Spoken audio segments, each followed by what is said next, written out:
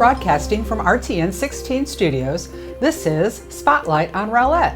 I'm Tammy Dana-Bashian, Mayor of Rowlett. And I'm Brian Funderburk, City Manager. We have a new name of our show this month and going forward called Spotlight on Rowlett.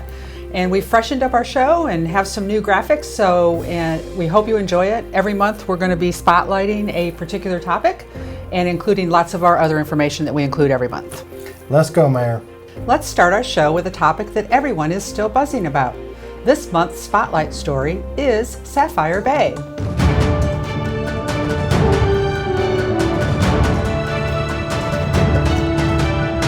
At a town hall meeting held on Thursday, August 8th, we introduced our new development partner, Sapphire Bay Land Development, LLC, who shared our joint vision for a one-of-a-kind 117-acre tract of land located south of Interstate 30 at Dell Rock Road. This vision has the power to turn Rowlett into a resort destination, both for our permanent residents as well as day and short-stay visitors. Sapphire Bay is a unique mixed-use surf and beach-based waterfront development that is projected to add nearly $1 billion in new taxable value, resulting in nearly $165 million in revenue from property, sales, and hotel occupancy taxes through 2036. The 6.5-acre Crystal Lagoons water feature and island entertainment component with an incredible synchronized water and video show will differentiate Rowlett from other high-end communities in the area. Add in the competition quality surf and beach club venue, and Rowlett now becomes a national destination for both amateur and professional surfers alike. Recently, I had a chance to discuss Sapphire Bay with our Economic Development Director, Jim Grabenhorst. So happy to have Jim Grabenhorst here with us to talk a little bit more about Sapphire Bay. So welcome, Jim. Thank you very much for being here. Thank you, Mayor. Good afternoon. So we're going to start with some more details about Sapphire Bay, and I'll start with who is our new development partner? Sure. Our new development partner is Sapphire Bay Land Holdings. The two principals involved are Mark English and Kent Donahue. They're both local real estate developers with over 40 years experience in the development industry. Mark English is going to be the focus on contractual obligations on the projects as well as all the infrastructure, and Kent Donahue is going to be focused on the working with the brokerage community, attraction of the amenities and users to the site. And I understand that Sapphire Bay Marina LLC owns and operates the marina. That is correct. Two different entities. Sapphire Bay Land Holdings owns the majority of the land, roughly 110 acres south of Interstate 30. And then Sapphire Bay Marina LLC will be the owner-operator of the marina. And do you think our leaseholders will see much difference in what's going on at the marina right away? So from the marina standpoint, it'll be limited impacts from the leaseholders that are there today. It would just be like getting a new landlord in place. As part of the improvements to the marina long term, they anticipate making upgrades to improving the marina slips and the docks that are there, as well as new boat ramps, but those will all be improvements that we'll see gradually phased in over time. Great. And who has the developers brought on board to help them in this development? There's some parties that they've announced so far. Absolutely. When you have $1 billion project with a lot of development activities going on, they're obviously assembling their team of experts to help them. Locally, they've hired Manhard Consulting as their civil engineering group. They've also engaged 5G to help lead the architecture elements to the project. In addition to that, they've also brought on Lifescapes International, which is an international company that is doing all the landscape architecture, and Marty Brinkerhoff for the show fountain island entertainment feature component. And there'll be more announcements coming down in the future? Absolutely. This is just the start of their team that they've assembled, and as the project moves forward, they'll be bringing on several different team members to help supplement their expertise that they need on the project of this size. And can you tell us a little bit about the timeline as we know it right now? Sure. So as part of the development agreements between the city and Sapphire Bay, they anticipate phase one of the project to be complete in December of 2023. We hope to see dirt and infrastructure improvements started within the next 2 to 3 weeks on the site. One of the first things that folks will see is all the mass grading that has to happen. The site, in order to elevate it above the flood restriction that the City of Dallas has for Lake Ray Hubbard, the site generally needs about 4 feet of dirt over 110 acres. So there'll be quite a bit of mass grading that has to happen on the site, and we're excited that that will get started here in the next couple of weeks. They have received their grading permit from the City of Rowlett, so it's just a function of them mobilizing on site and getting the work started now. And so what do you anticipate? You talked about phase one, December of 2023. What are we saying, what is the developer saying that's in that phase one? Sure. So phase one is several different amenities associated with the project. The first one that most people are excited about is the Crystal Lagoons amenity. A 6.5 acre Crystal Lagoon also includes the island entertainment feature. And I know the city has on our website a link to what that island entertainment feature looks like, but it is a synchronized water and fountain show as well as laser light show that will be produced by Marty Brinkerhoff's firm. We're really excited about that. It's going to be something unique that's not in a Crystal Lagoon anywhere at this point in time. In addition to the Crystal Lagoon and the island entertainment feature, the shopping and dining promenade around the Crystal Lagoon will be built as part of phase one. A big portion of the hike and bike trail and the public park components will be built as part of phase one.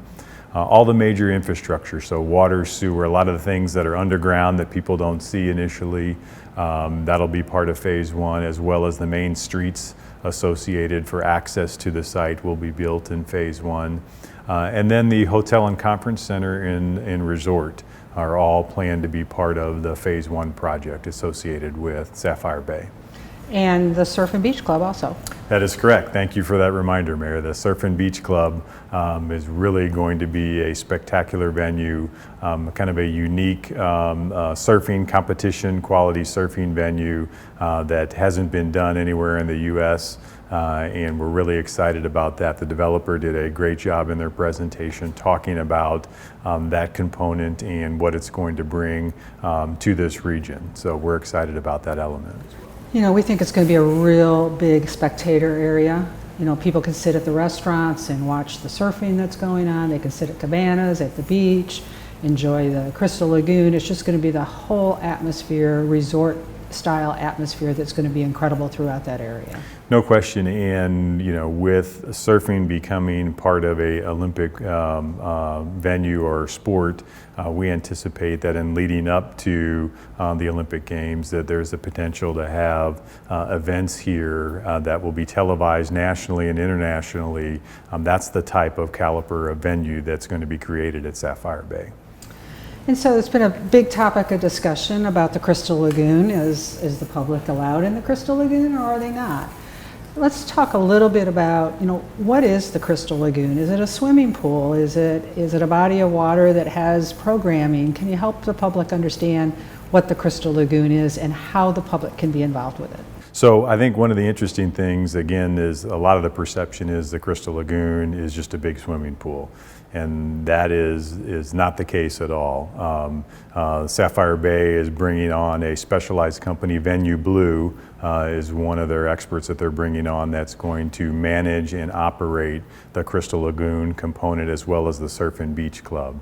And that's what they focus on, is beach lifestyle type venues and really operating that in a way that allows multiple uses year-round for the facility. So from a public perspective, whether you're looking to go kayaking, paddle boarding, there's a lot of different things that they will plan programming for. It's not going to be a swimming venue, so so the reference to a swimming pool You and I can't go there and buy a pass to go swimming in the Crystal Lagoon. But if you want to do paddleboarding or kayaking, they're talking about having small Duffy boats that can take out some kind of water taxis that'll get you around. Because again, keep in mind, this is 6.5 acres, so it's not just an easy stroll to walk around the lagoon. And so they are really going to amenitize and program it to be an experience for those that are coming to Sapphire Bay. And we've heard about crystal lagoons in other parts of the country and outside the country, and this one's different. This is going to be open to the public, fee-based. Correct.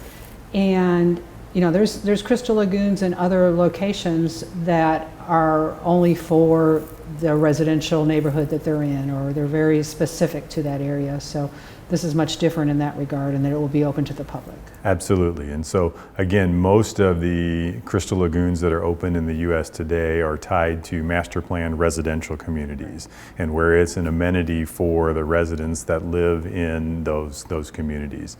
This is a totally different model. Again, publicly accessible, a specific management company, the Venue Blue folks, that are going to be managing all the programming and activities associated with it. So it's a whole different experience than some of the other folks that have maybe seen or visited a crystal lagoon, whether it's here in Texas or Florida, that this will be a total different experience for them. So talk to us a little bit, something that's top of mind to a lot of Rowlett residents is traffic. So talk to us a little bit about the timeline for the I-30 improvements, and we did a lot of work to get those improvements funded and put in place, and now we got to see the work get done. And tell us a little bit about that timeline. Sure. So part of what we talked about, the phase 1 timeline for the Sapphire Bay development of the end of 2023, December of 2023, a lot of that had to do with the improvements along Interstate 30. And so the City of Rowlett, along with all of our other regional partners, have been working with TxDOT over the last several years to make sure that the infrastructure improvements are there along Interstate 30.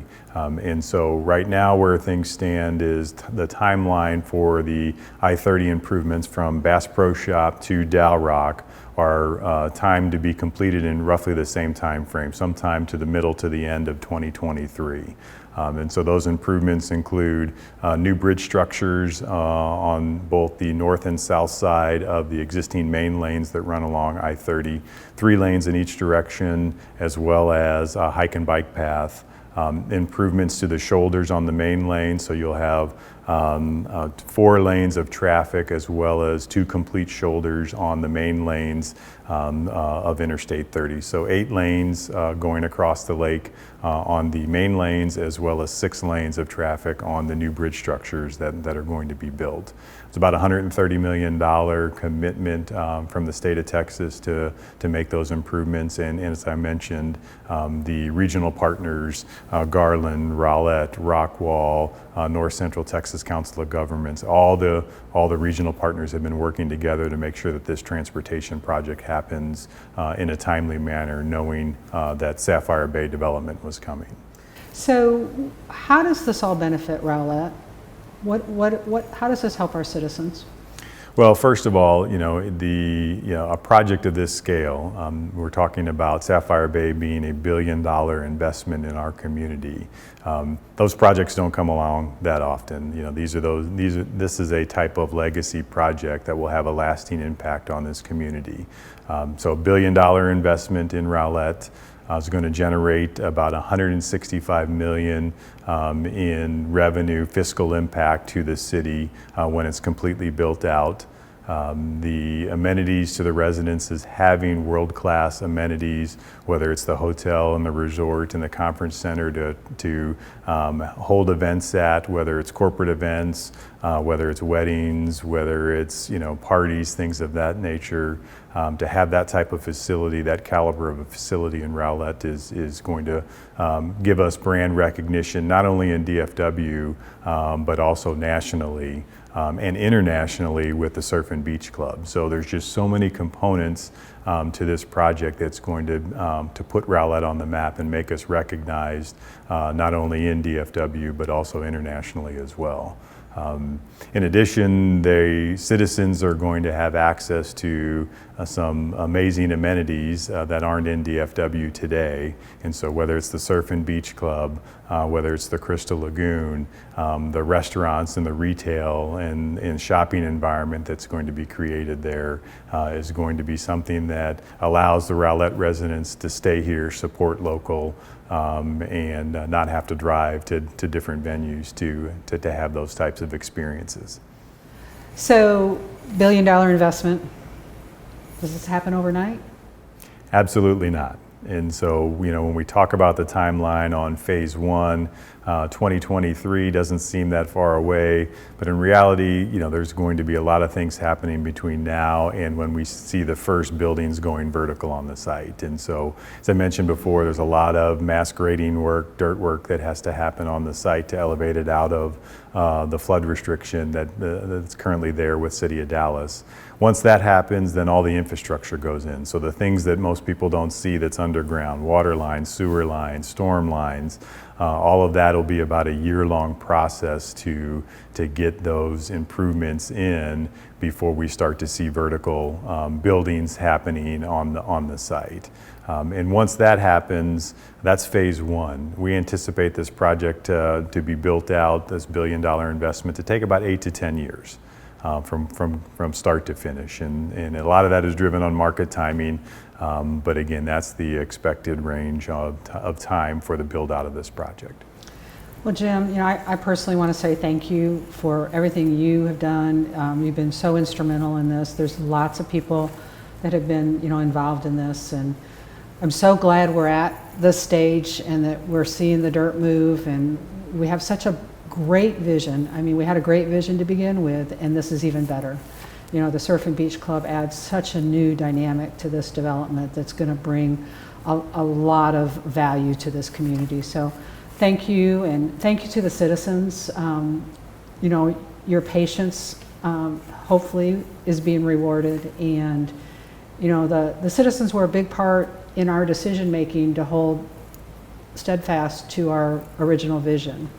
And it was important that we had that support by the community. And so we're very, very glad we're at this stage at this point in time. It's exciting times, no doubt, Mayor. Thank you. If you would like more information on Sapphire Bay, I encourage you to read the Mayor's Spotlight newsletter or read the Sapphire Bay FAQs, both now available on Rowlett.com. Also, the August 8th Town Hall meeting is available in its entirety on the city's YouTube page, which has a link on the front page of Rowlett.com. So Brian, it's been a long haul. Yes, it has, Mayor. Yes, it has. We've come a long ways. We're really excited where we're at, and work has started. It is interesting, Mayor. Sapphire Bay promised us they would have equipment out there in the first month, and they already have. They're removing concrete, they're moving dirt. They've already got their SWIFT fences up. They're ready to go. We're really excited to watch this come about. And Mayor, we've spent 2 years to ensure that our original vision, that we stay true to that. And what's really exciting about this whole thing is that not only are we getting our original vision, we're even getting a better one. We are, and thank you so much to the residents. They stood fast with us on this original vision. They told us loud and clear that they wanted this to happen, and so we're very, very happy that it's happening.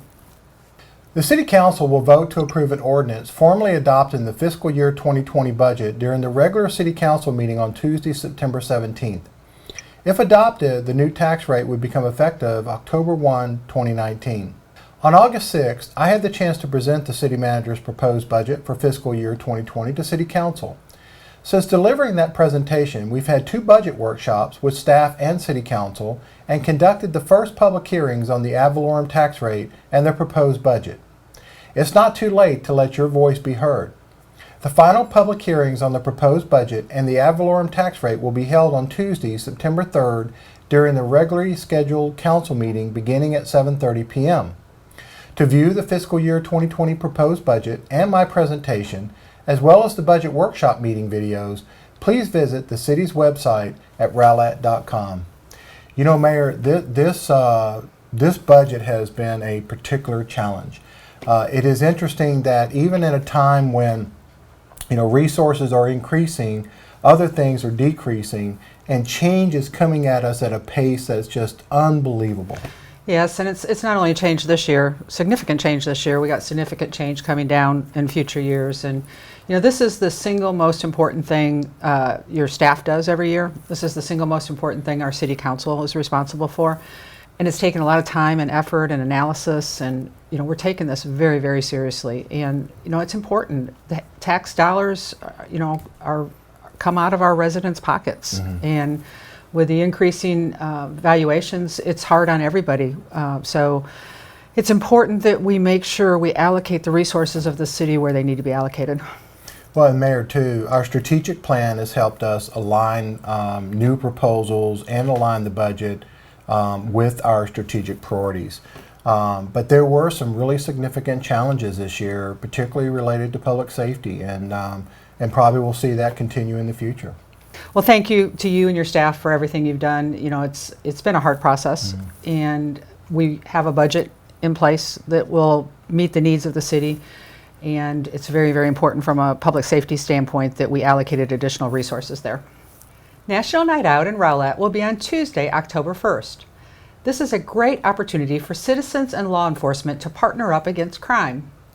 Residents throughout the community are encouraged to turn on the porch light, lock the door, and gather with neighbors to show unity against criminal activity. Many neighborhoods in Rowlett plan special events such as block parties, swimming parties, and cookouts. If yours is one of those, the Rowlett Police, Fire Rescue, and Public Works departments would love the opportunity to drop in and visit with everyone. They can bring the SWAT vehicle, squad cars, fire engines, large construction vehicles, and more for the kids and adults to climb on, into, and enjoy. Members of the City Council and City staff will also be dropping in on the celebrations. We invite you to register for National Night Out today.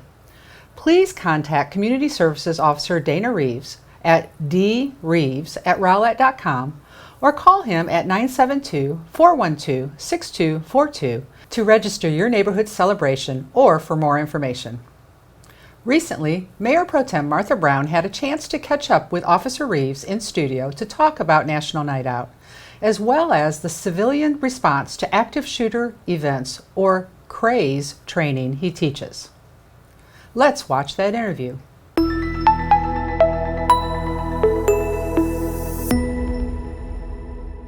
Hello, I'm Martha Brown, Mayor Pro Tem for the City of Rowlett. I'm here today with Community Services Officer Dana Reeves with the Rowlett Police Department. Thanks for stopping by.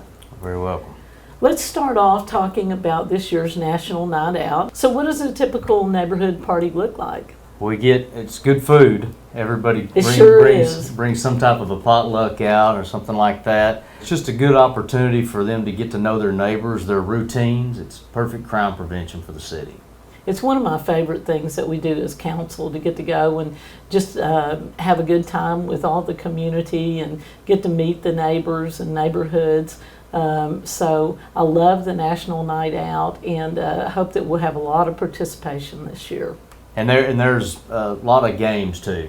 The students will play games, kids will entertain and things like that. Oh, we've seen bounce houses and booths, and some of the neighborhoods get really elaborate, but it's just a lot of fun. Yeah. They do parades as well, parades with our motor officers and our bike officers, things like that. Well, and I know the fire department takes out some of their big trucks, and the kids always enjoy climbing up in those and ringing the bells, and it's kind of like a mini touch-a-truck. So exactly. It's really a fun time. Exactly. So why should neighborhoods register their party?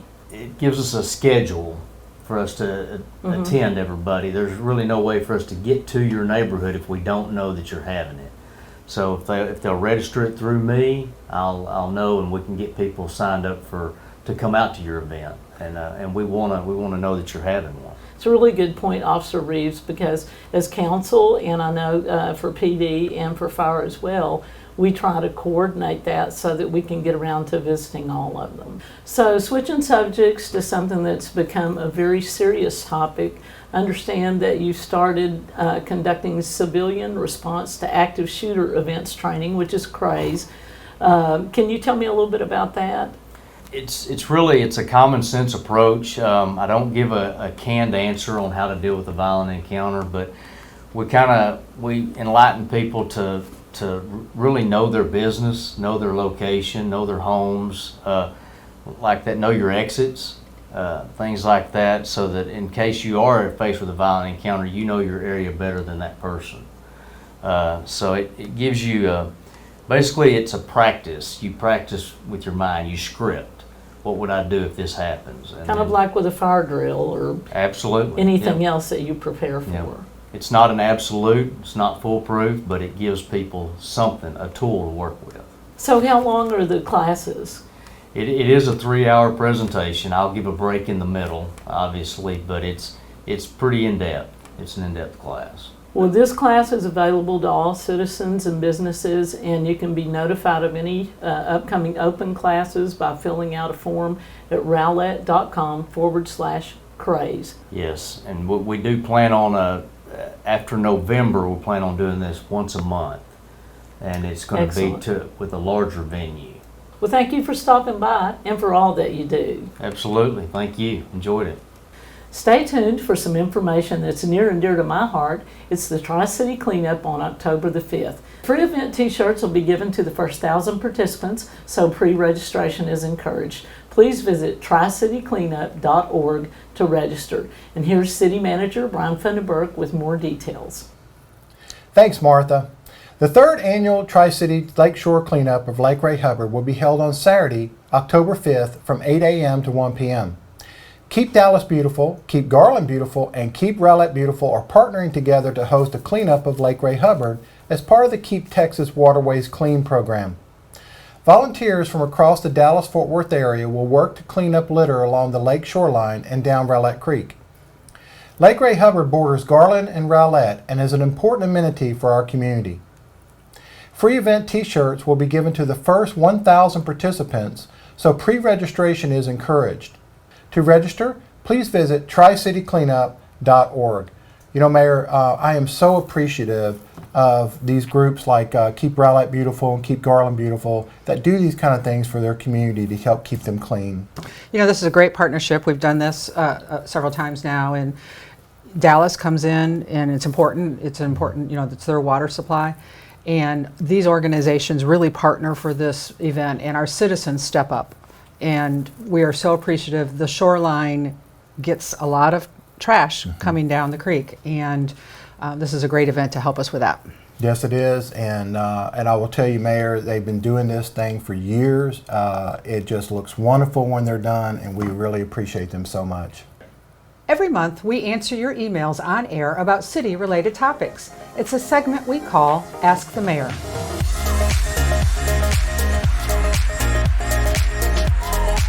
Brian, let's check the inbox for this month's emails. You got it, Mayor. Our first email says, we live on Montego, and we're curious as to what's going on with the construction on Chisa and around us. When will it be complete? And when will the detour down our street be over? Atmos Energy is replacing an aging gas distribution line with new pipe to increase the safety and reliability of their infrastructure. This pipeline replacement project is taking place in a utility easement parallel to Chisa Road and Danridge Road and began at Ship Road. The project continues north through the Crossroads, Willow Woods Estates, and Princeton Park subdivisions, ending just southwest of the Princeton and Liberty Grove intersection. Good news, the project is expected to be completed this month.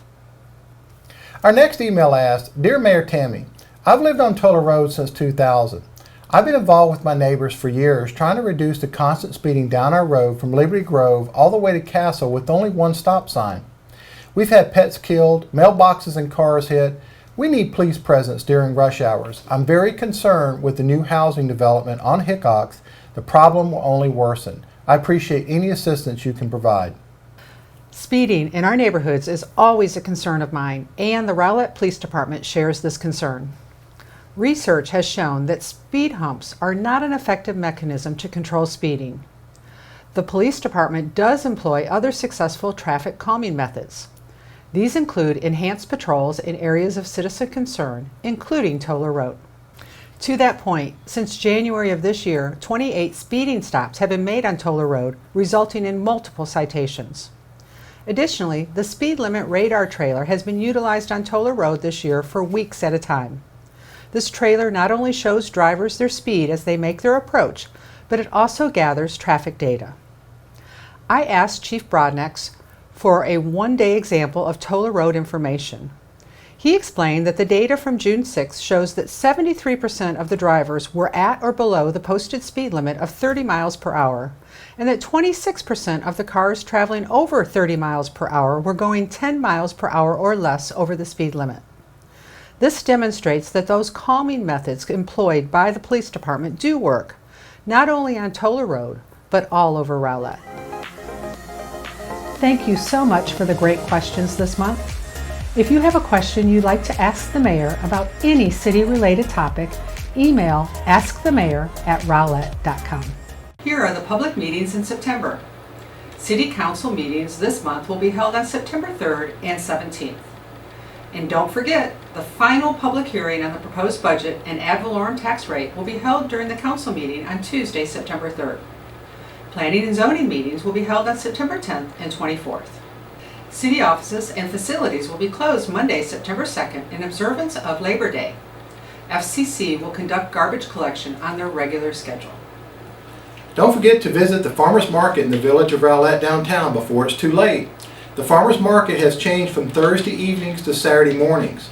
It's every Saturday now from 9 a.m. to 2 p.m. through September 21st. And don't miss your chance to buy Texas-grown produce and shop at specialty vendors' booths.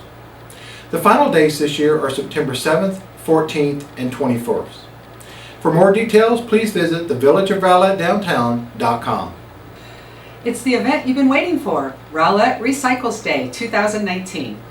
This semi-annual electronic recycling and paper shredding event will be on Saturday, October 19th from 9 a.m. to 1 p.m. in the Rowlett High School parking lot. Safely dispose of cell phones, TVs, computers, and consumer electronics for free. Document shredding is free up to 3 boxes. Additional boxes with a limit of 4 are $3 each, or bring 1 canned good per box. For more information, visit keeprowlettbeautiful.org. And finally, Elisa Bowers of the Neighborhood Life Office is excited to announce the 2019 Neighborhood Summit and wanted us to get the word out early. For more information or to register, you can go to ntxneighborhoodsummit.org. That's ntxneighborhoodsummit.org.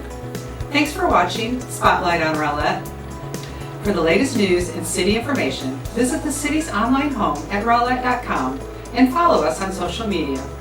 We'll see you next time on Spotlight on Rowlett.